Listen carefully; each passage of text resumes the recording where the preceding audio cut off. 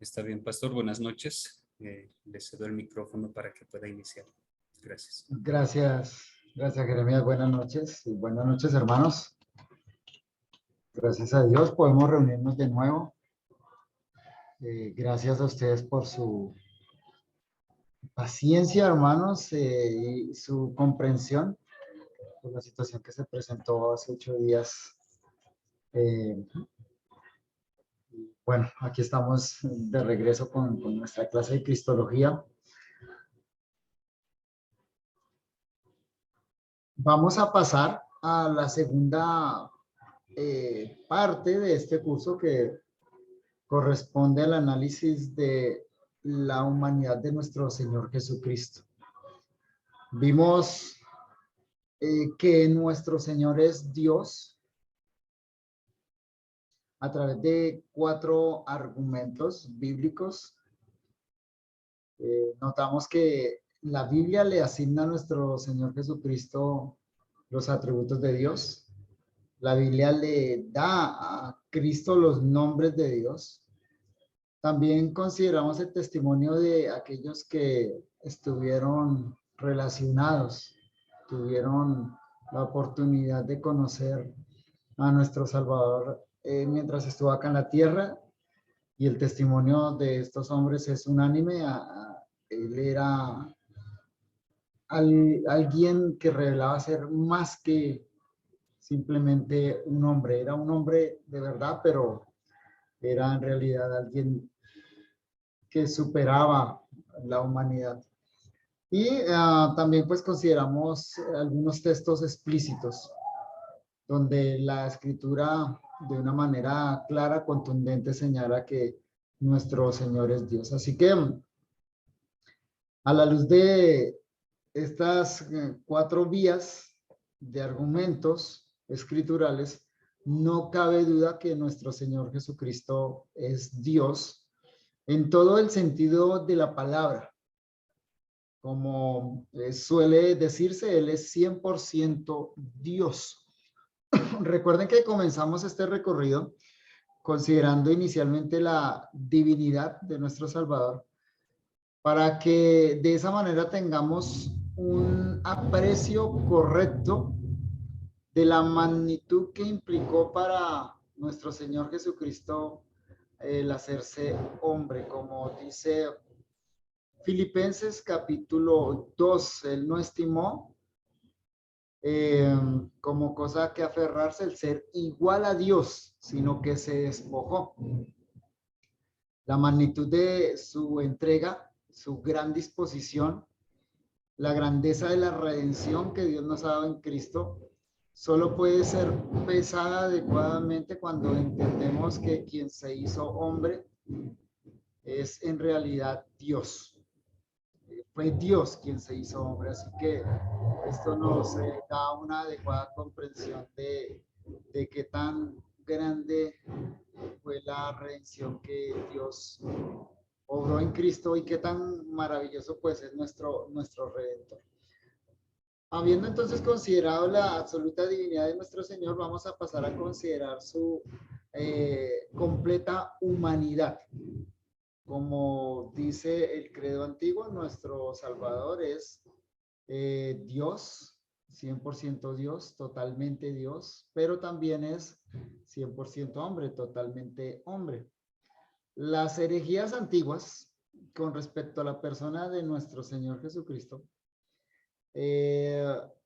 normalmente disminuyeron alguno de estos 2 aspectos, o disminuyeron su absoluta divinidad o disminuyeron su absoluta completa humanidad. Así que nosotros tenemos que entender claramente esta verdad escritural, la verdad de que 2 naturalezas completas, perfectas y distintas se unen en una sola persona.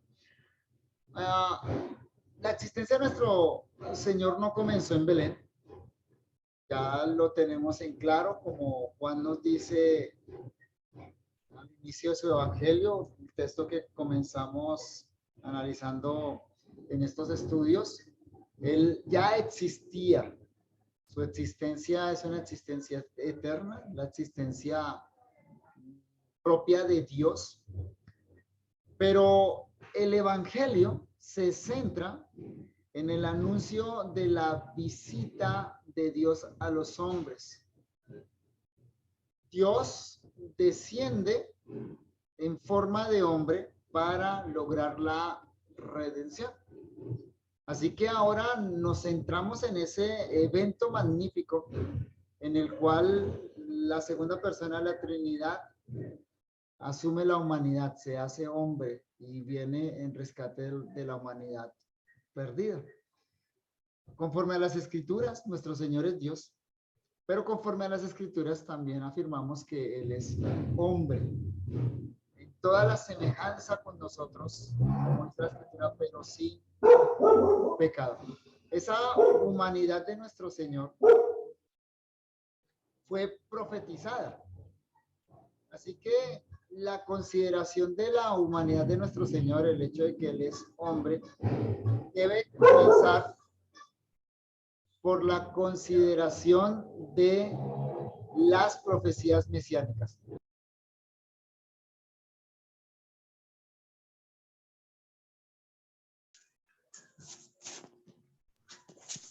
Debemos entonces comenzar por la consideración de las profecías mesiánicas, porque nuestro Salvador se hace hombre conforme fue profetizado en el Antiguo Testamento. Hay un gran caudal de profecías mesiánicas en el Antiguo Testamento que cumplen la función de proveer unas señales específicas para que los hombres y particularmente Israel pudiera reconocer al Salvador cuando Él llegara. Noten lo que dice Primera de Pedro capítulo 1, versículos 19 y 20 al respecto. Primera de Pedro 1, 19 y 20. Hablando de nuestra redención, dice que esa redención fue lograda con la sangre preciosa de Cristo, como de un cordero sin mancha y sin contaminación, ya destinado desde antes de la fundación del mundo, pero manifestado en los postreros tiempos, dice Pedro, por amor de vosotros. De acuerdo a esta afirmación del apóstol Pedro, nuestro Señor Jesucristo fue designado como Redentor, como Salvador, desde antes de la fundación del mundo. Como bien dice John Murray en su libro acerca de la redención, la redención no era una necesidad. Es decir, Dios no estaba obligado a redimir.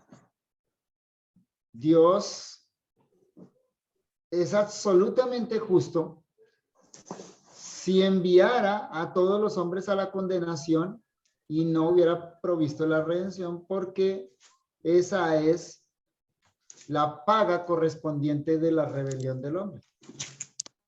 Pero cuando Dios, en el ejercicio de su soberanía, decide salvar a los hombres, decide redimir a los hombres, esa decisión divina entonces genera una necesidad. Y la necesidad es esta: la redención solo podía ser obtenida a través de la encarnación de la segunda persona de la Trinidad. La única manera de lograr la redención era a través de la encarnación de Dios.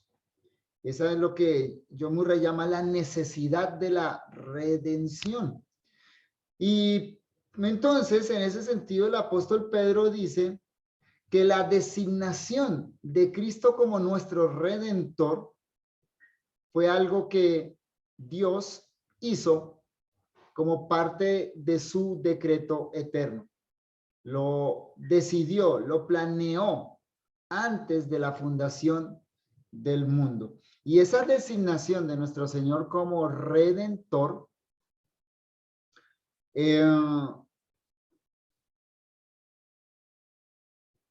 implicaba, por supuesto, la encarnación. Dios tenía que hacerse hombre para que pudiera redimir a los hombres. Así que si nuestro Salvador fue destinado desde antes de la fundación del mundo, es natural esperar que Dios dejara una huella a través de las profecías mesiánicas, ya que fue destinado desde antes de la fundación del mundo.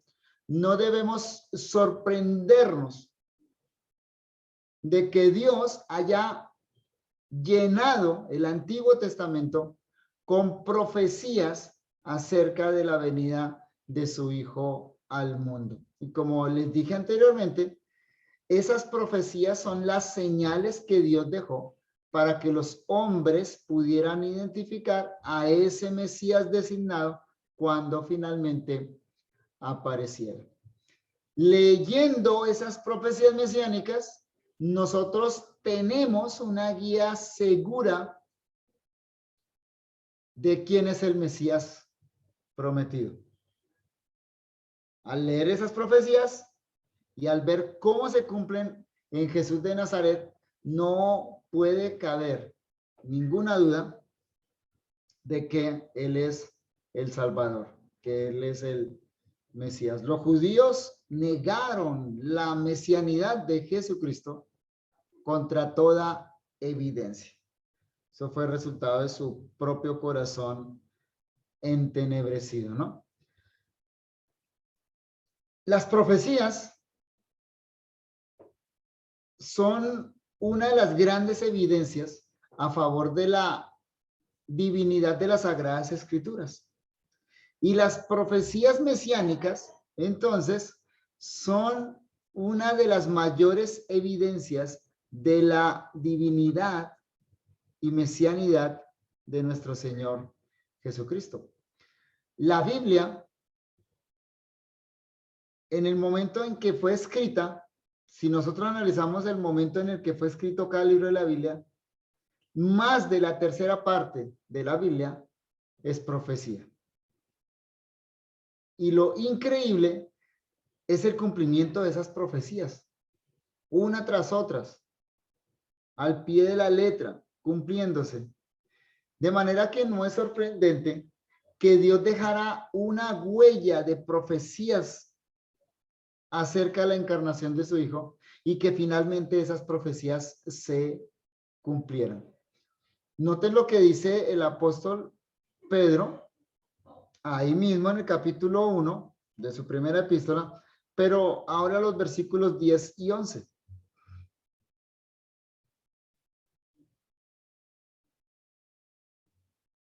Dice Pedro: los profetas que profetizaron de la gracia destinada a vosotros, inquirieron y diligentemente indagaron acerca de esta salvación, escudriñando qué persona y qué tiempo indicaba el Espíritu de Cristo que estaba en ellos, el cual anunciaba de antemano los sufrimientos de Cristo y las glorias que vendrían tras ellos.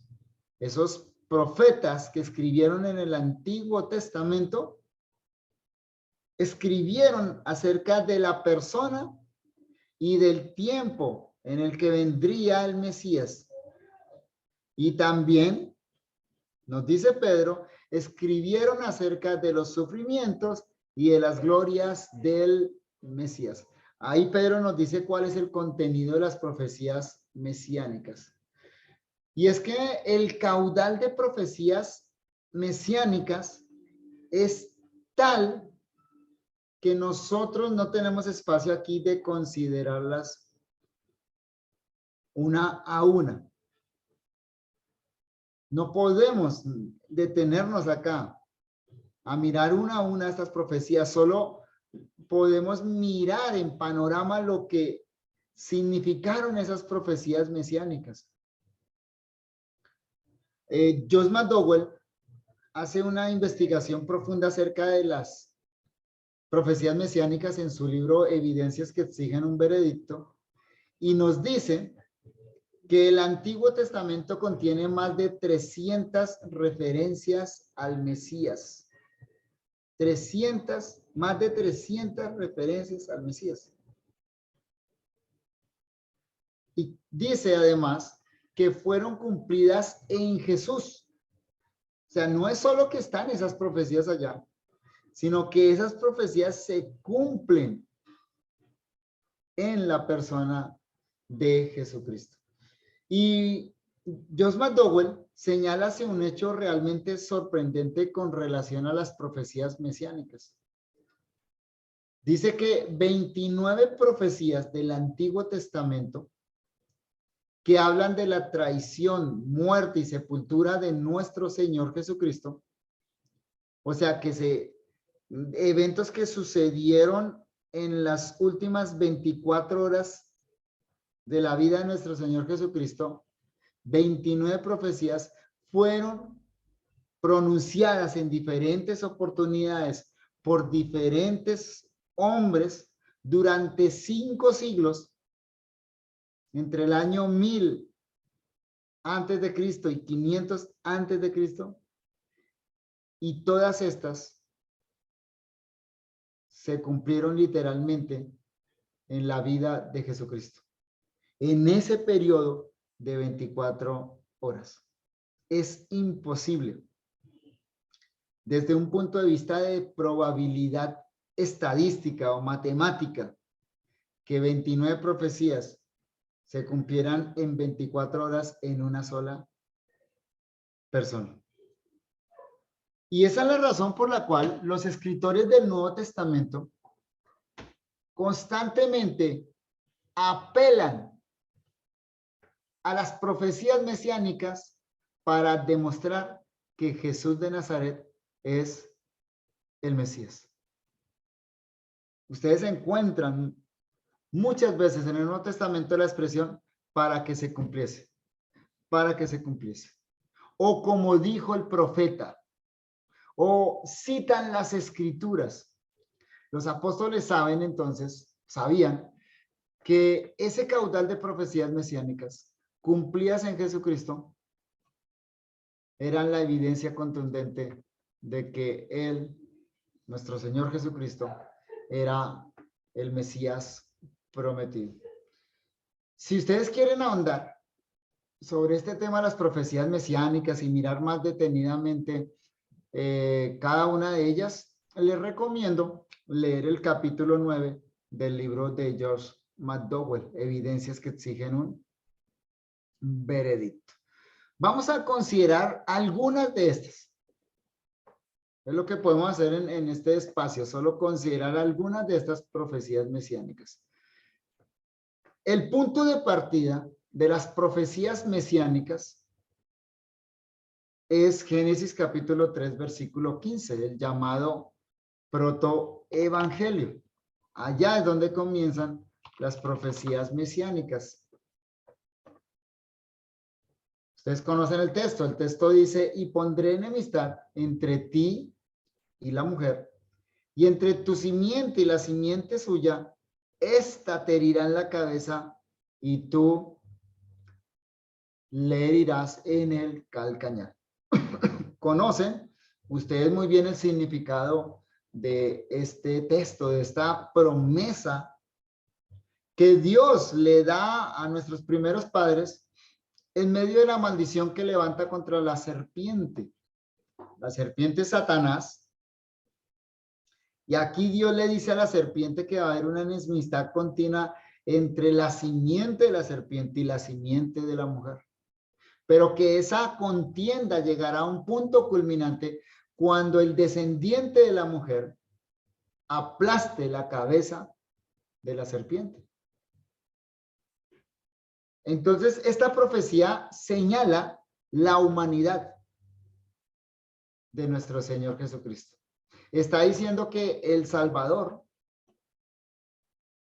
va a ser un descendiente de la mujer.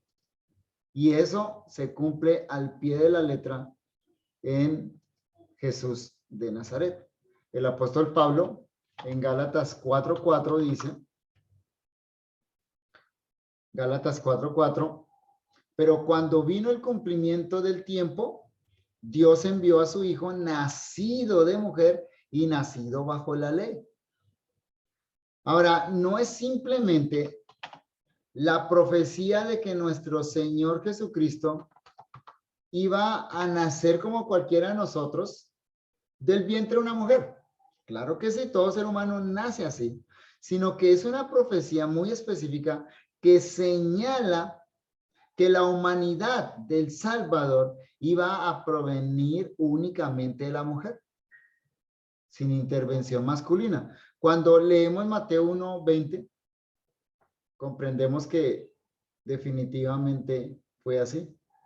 Mateo 1:20 dice, pensando él, José, en esto, he aquí un ángel del Señor le apareció en sueños y le dijo, José, hijo de David, no temas recibir a María tu mujer, porque lo que en ella es engendrado del Espíritu Santo es. Literalmente, nuestro Señor Jesucristo fue el descendiente de la mujer, la simiente de la mujer, y no hubo intervención masculina en su nacimiento. Luego vamos a hablar más detenidamente con relación al nacimiento de nuestro Señor Jesucristo. Pero noten esa profecía inicial, el protoevangelio. Allá hay una clara referencia acerca de ese nacimiento. Bueno, acá también debemos considerar Isaías 7:14, porque también profetiza el nacimiento virginal de nuestro Señor Jesucristo, o sea, la concepción milagrosa en el vientre de una mujer que no ha tenido relaciones sexuales con un hombre. La profecía de Isaías 7:14 que estuvimos estudiando en una clase anterior, dice, por tanto el Señor mismo os dará señal, he aquí que la Virgen concebirá y dará a luz un hijo y llamará su nombre Emmanuel. La profecía ahí es que el Salvador va a nacer, va a ser concebido en el vientre de una virgen. Y Mateo, capítulo 1, versículos 18, versículos 24, versículos 25, señala el cumplimiento al pie de la letra de esa profecía, mostrando que se cumple en María y en Jesús de Nazaret. El Antiguo Testamento también profetiza, y ya pues siendo más específico, yendo a puntos más específicos, porque bueno, el descendiente de la mujer, básicamente cualquier ser humano podría cumplir esa característica. Entonces el Antiguo Testamento va estrechando esa línea, mostrando de qué descendencia específicamente iba a venir el Salvador. Noten lo que dice Génesis capítulo 22, versículo 18.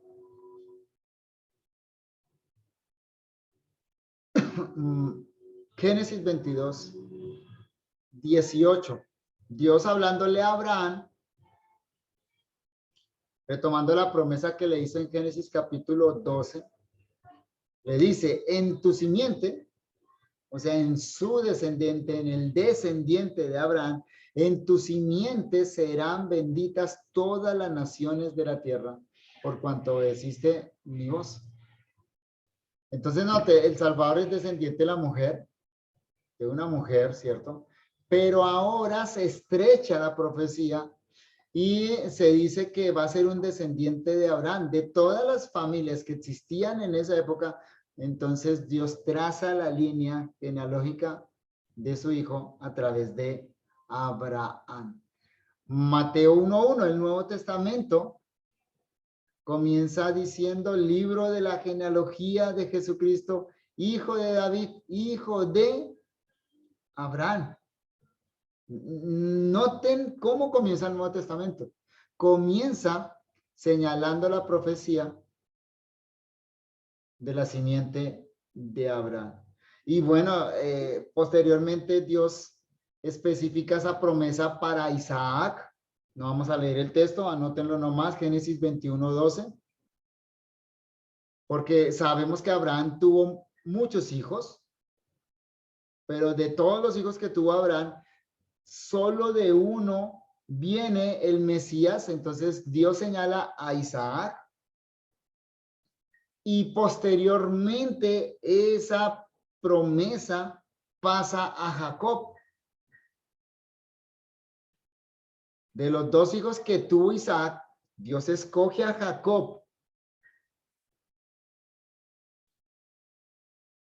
Y luego de los 12 descendientes varones que tuvo Jacob, Dios escoge a Judá.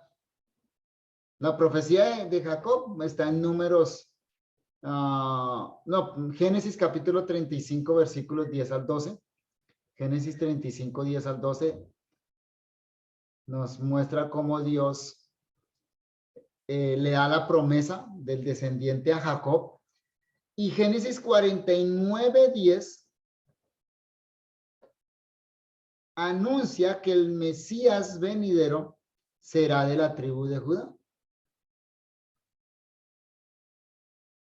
Entonces, ¿notan cómo se va estrechando la línea mesiánica? Cómo Dios va siendo cada vez más específico en la medida que la raza humana se va extendiendo. Dios va señalando familias específicas a través de la cual va a venir el Mesías. De los tantos descendientes de Jacob que llegaron a Canaán, que se plantaron en Canaán, Dios escoge a la casa de David. Segunda de Samuel capítulo 7, versículos 12 al 16. Dentro de muchos textos del Antiguo Testamento que señalan que el Mesías vendría de David. Segunda de Samuel 7, 12 al 16. Dios escoge a Isaí. Isaías 11:1 dice que el Mesías vendrá de la raíz de Isaí, y de los hijos de Isaí Dios escoge a David. De manera que Dios deja muy en claro cuál sería la línea de descendencia del Mesías. Incluso tenemos la profecía de Miqueas 5:2 que señala el lugar del nacimiento y por lo tanto señala ya una familia muy particular. Miqueas 5:2 dice que el Mesías vendría de Belén. Ahora, estoy omitiendo algo acá. Estoy omitiendo todas las referencias del Nuevo Testamento que señalan esas profecías como cumplidas en Jesús de Nazaret. Como les dije anteriormente, los apóstoles citan constantemente el Antiguo Testamento señalando estas profecías.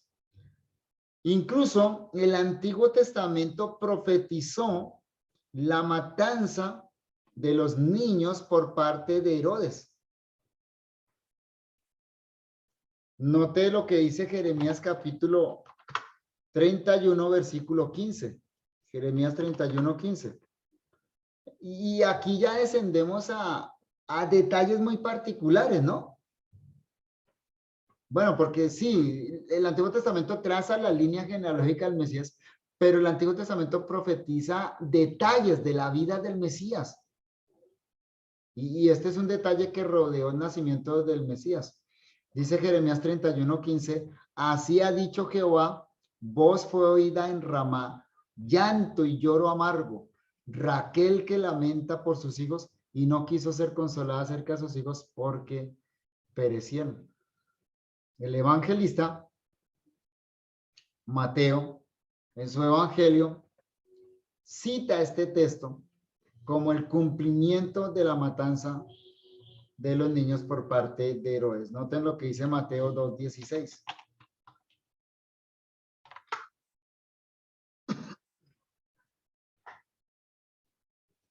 Mateo 2:16. Herodes entonces, cuando se vio burlado por los magos, se enojó mucho y mandó matar a todos los niños menores de 2 años que había en Belén y en todos sus alrededores, conforme al tiempo que había inquirido los magos. Versículo 17. Entonces se cumplió lo que fue dicho por el profeta Jeremías cuando dijo, Voz fue oída en Ramá, grande lamentación, lloro y gemido. Raquel que llora a sus hijos y no quiso ser consolada porque perecieron. Vamos a ir notando detalles, ¿no? Detalles muy específicos de la vida de nuestro Señor Jesucristo.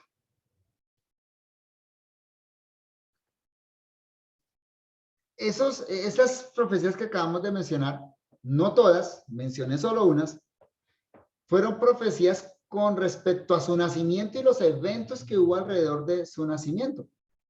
Ahora consideremos algunas profecías concernientes al ministerio de nuestro Señor Jesucristo. Isaías capítulo 40, versículo 3, que ya hemos tenido ocasión de mencionar. Isaías 43 profetiza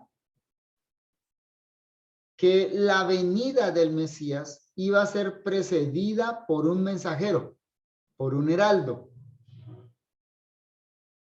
Isaías 43 dice, voz que clama en el desierto, preparad camino a Jehová, enderezad calzada en la soledad de nuestro Dios.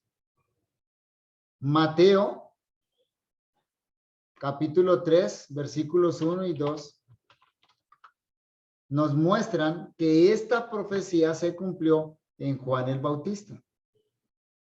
Entonces, esta profecía señala que antes de ejercer su ministerio, el Señor Jesucristo iba a haber un mensajero que preparara el camino. Eso puede que no suene extraordinario para nosotros, pero en realidad sí fue extraordinario. Cuando consideramos el contexto histórico en el que sucedió. ¿A qué me refiero? Me refiero a que Israel duró 400 años sin profetas. El último profeta del Antiguo Testamento fue Malaquías. Y después de ese profeta, Dios guardó silencio en lo que se llama los 400 años de silencio. No hubo profeta en Israel. Los israelitas reconocen eso mismo. Los judíos reconocieron ese silencio divino. Y por eso Jesús dice en el Nuevo Testamento que Juan es el último de los profetas. Entonces, pasaron 400 años sin ningún profeta y ahora aparece un profeta que prepara la venida para el Mesías. Esto fue algo extraordinario. Cuando los israelitas vieron que Dios levantó un nuevo profeta después de 400 años, debieron entender, y creo que así lo entendieron, pero se negaron a creerlo, que este era el cumplimiento de la profecía de Isaías, porque llevaban, insisto, repito otra vez, llevaban 400 años sin profeta. Y se levanta un profeta que es el heraldo, el mensajero, que anticipa la venida del Mesías. Según Isaías capítulo 9, versículo 1, el Mesías comenzaría su ministerio en Galilea.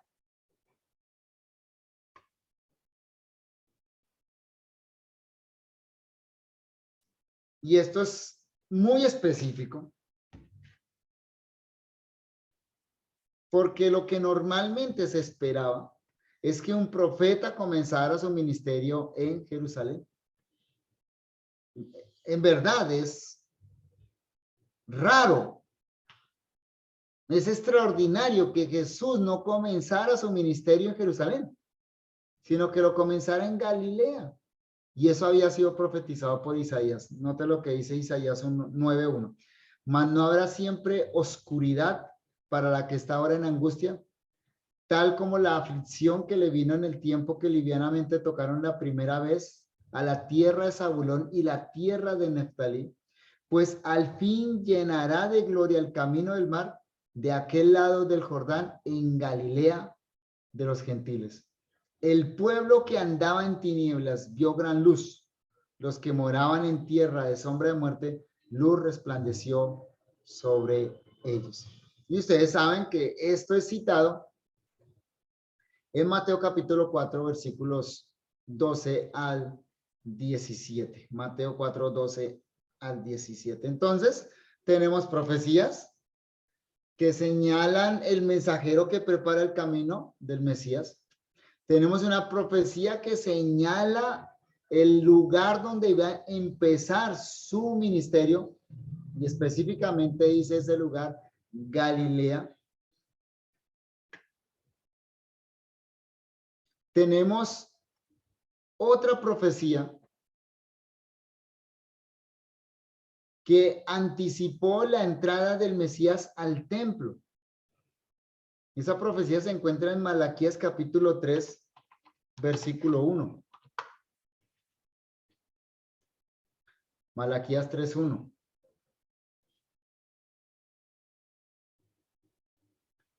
He aquí, yo envío mi mensajero, el cual preparará el camino delante de mí, y vendrá súbitamente a su templo el Señor, a quien vosotros buscáis, y el ángel del pacto, a quien deseáis vosotros. Y aquí viene, ha dicho Jehová de los ejércitos. Esta profecía es extraordinaria por dos razones. Primera, porque profetiza la entrada de Jesús al templo, pero en segundo lugar, porque dice que ese Mesías que va a entrar al templo es el Señor, es el ángel del pacto. Así que, en últimas, esta profecía está diciendo que es Dios en persona entrando a su templo, no la gloria de Dios que llenó el templo en la antigüedad. No esa gloria que descendió sobre el tabernáculo en el desierto, no la gloria de Dios que descendió cuando Salomón consagró el templo, sino Dios en persona entrando al templo. Entonces es una clara profecía de la encarnación de nuestro Señor, pero indicando que ese Señor es Dios hecho hombre. Si avanzamos un poco, hay una profecía muy especial, una profecía muy específica y por lo tanto sorprendente. Y la encontramos en Zacarías capítulo 9, versículo 9. Zacarías 9:9.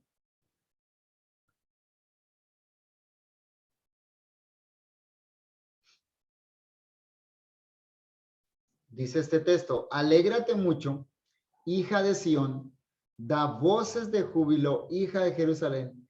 Y aquí tu rey vendrá a ti, justo y salvador, humilde y cabalgando sobre un asno, sobre un pollino, hijo de asna. O sea que aquí encontramos la profecía de lo que llamamos la entrada triunfal, ¿cierto? Pero da detalles. Dice que va a entrar en Jerusalén. Esta es profecía. Esto lo escribe Zacarías unos 450 años antes de la venida de Jesús, del nacimiento de Jesús. Y mire, dice que va a entrar en Jerusalén, que va a entrar como un rey y que va a entrar sobre un asno. Es una sola profecía, pero con muchos detalles. Es ese tipo de profecías que antes mencioné, que se cumplieron en los últimos días de nuestro Señor Jesucristo, que acumulan mucha evidencia a favor de su mesianidad. El asno era el vehículo, digámoslo así, el vehículo de los reyes. Nosotros no debemos leer esta profecía en nuestro entendimiento del asno. Para nosotros el asno es un animal más bien menospreciado. En la antigüedad, los reyes se montaban sobre asnos. Si usted mira la ceremonia de entronización de Salomón, se va a dar cuenta que Salomón, para demostrar que él era el legítimo sucesor de David, montó sobre el asno de David. Así que el asno es un símbolo de realeza. Y esta profecía pues se cumple al pie de la letra. Tenemos el relato de Lucas y tenemos el relato de Mateo en Lucas capítulo 19 y el relato de Mateo capítulo 21. Y los evangelistas, conscientes de este evento extraordinario, citan Zacarías y dicen que esa entrada sobre un asno a Jerusalén fue el cumplimiento de esa profecía. Hay otras profecías más con relación al ministerio de Jesús, pero esas son suficientes. Tenemos también profecías acerca de la resurrección de nuestro Señor Jesucristo. Por ejemplo, la profecía que aparece en el Salmo capítulo 16, versículo 10, que es citada 5 veces en el Nuevo Testamento. Salmo 16, 10. Dice, porque no dejarás mi alma en el Seol, ni permitirás que tu santo vea corrupción. Esta profecía es citada en Hechos capítulo 2, versículo 31. Hechos 2, 31. También en Hechos 13, 33. Es citada en Lucas 24, 46. En Marcos 16, 6. Y en Mateo 28, 6.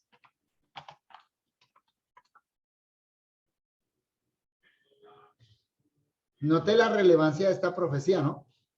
Que es citada 5 veces en el Nuevo Testamento. La ascensión de Jesús también fue profetizada. En el Salmo capítulo 68, versículo 18.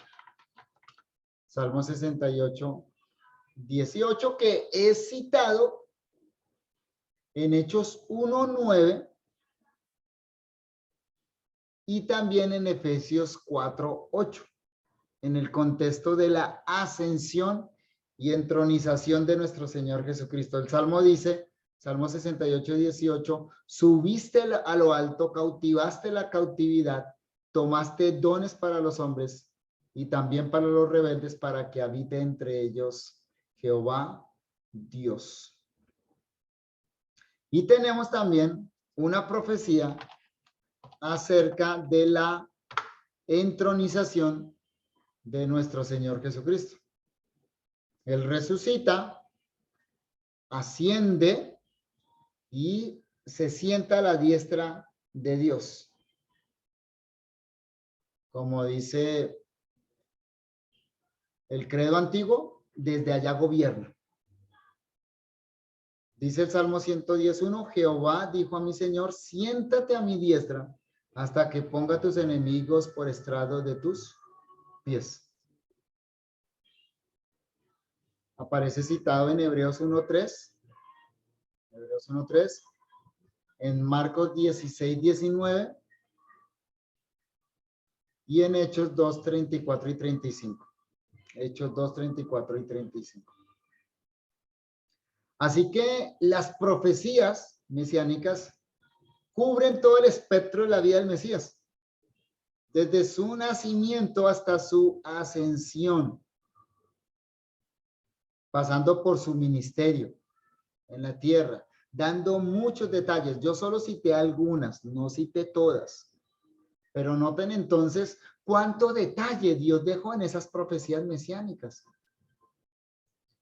Y como les dije anteriormente, tenemos unas profecías, 27 en total, que todas se cumplieron en un periodo de 24 horas. Y bueno, son muchas, son 27. Déjenme simplemente mencionarlas. No voy a dar la cita la referencia en el Antiguo Testamento y el complemento, porque no nos da el tiempo, solo las voy a mencionar para que tengamos un panorama completo y que esto impacte en nuestra mente. A la luz de esto, no hay duda razonable de que Jesucristo es el Mesías y de que hay algo extraordinario en él. Alguien, no, el mismo John McDowell en su libro, hace un cálculo estadístico con relación a la posibilidad de que 27 profecías dadas 500 años antes y unas 1000 años antes, que estas 27 profecías se cumplieran en una sola persona en un periodo de 24 horas. Y él dice que es como si usted tomara monedas de centavo y las regara en un campo de fútbol, completando una montaña de 1 metro de altura. Monedas de centavo. O sea, la cantidad ahí es muy grande, es muy grande. Es un 1 seguido de muchos ceros. Y que se marcara una moneda de esas, se arrojara, se revolviera ya, y que en el primer intento usted sacara la moneda. Esa es la probabilidad estadística de que 27 profecías se cumplan en 24 horas en una sola persona. Y lo extraordinario es que se cumplieron en Jesús de Nazaret. Así que si alguien no cree que Jesús es el Mesías, no es por falta de evidencia. Es más bien, como Pablo dice, es por causa de su razón envanecida y su necio corazón, pero no por falta de evidencia. Voy a mencionarlas, esas profecías. Primero, que sería traicionado por un amigo. Segundo, que sería vendido por 30 piezas de plata. Tercero, que ese dinero sería arrojado a la casa de Dios. Cuarto, que ese dinero finalmente sería el precio para comprar el campo del alfarero. Quinto, que él sería olvidado por sus discípulos, por sus amigos, abandonado. Sexto, que sería acusado por falsos testigos. Séptimo, que callaría delante de sus acusadores. Octavo, que sería herido y lastimado. Noveno, que sería herido y escupido. Décimo, que se burlarían de él. 11, que caería bajo la cruz. 12, que sus manos y sus pies serían horadados. 13, que sería crucificado con ladrones. 14, que iba a interceder por sus perseguidores o quienes lo estaban matando. 15, que sería rechazado por su propio pueblo. 16, que sería aborrecido sin causa. 17, que sus amigos lo verían de lejos. 18, que la gente menearía la cabeza mirándolo. 19, que sería objeto de la curiosidad pública. 20, que sus vestiduras serían repartidas y rifadas. 21, que sufriría sed. 22, que le ofrecieron hiel y vinagre. 23, que él clamaría por ser abandonado. 24, que se encomendó a Dios. 25, que sus huesos no serían quebrados. rotos. 26, que sin embargo su corazón sería roto. 27, que su costado sería abierto. Son 29, no 27. Dos más. Que habría tinieblas sobre la tierra. Y 29, que sería sepultado en la tumba de un rico. Todas esas 29 profecías se cumplieron en 24 horas en la vida de Jesús. Así que, hermanos, para nosotros como cristianos, este caudal grandísimo de más de 300 profecías mesiánicas deben proveer certeza a nuestra fe. Nosotros nos paramos sobre algo seguro. Nuestra fe descansa en la promesa de Dios que finalmente fue cumplida en Jesús de Nazaret. Podemos estar seguros y así debemos proclamarlo al mundo que el Mesías ya vino, que el Mesías tiene un nombre. No estamos esperando al Mesías, no, el Mesías ya tiene nombre y se llama Jesús de Nazaret. Y lo sabemos a ciencia cierta porque en él se cumplieron todas estas profecías. Es literalmente imposible que esas profecías se cumplieran en una persona y se cumplieron en Jesús de Nazaret. Vamos a pausar acá, queridos hermanos. Vamos a tomar un descanso. ¿Hasta qué horas, Jeremías? 15 minutos, pastor, ¿está bien? Bien, entonces a las 9:10 retomamos, Sí. ¿sí? A ver si 10. Perfecto, hermanos. Ya nos vemos. Gracias.